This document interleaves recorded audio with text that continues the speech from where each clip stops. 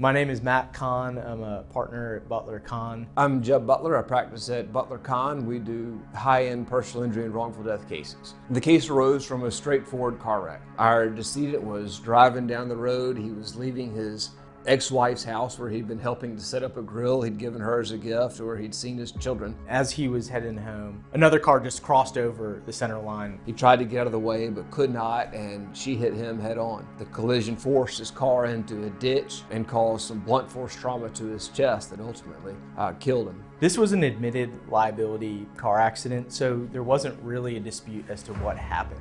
But we still wanted an animation because it's really important to lay the scene for the jury so they understand what actually happened and why we're here talking about this guy that they've never met. The best way to do that is with an animation that shows exactly what happened.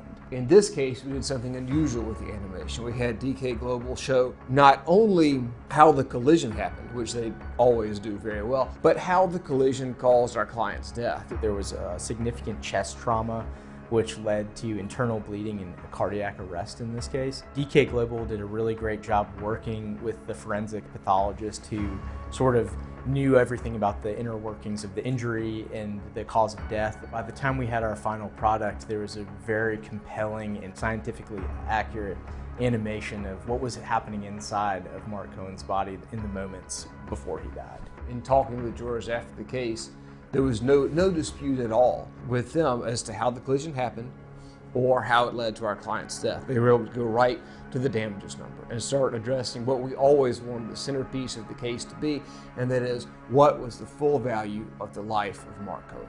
The highest offer before trial, before we got our verdict of $28 million, was $25,000. To that, we were able to add $1.2 million in pre-judgment interest, and then another $6.3 million in attorney's fees pursuant to one of Georgia's fee-shifting statutes, bringing our total judgment in the case to $35.5 million.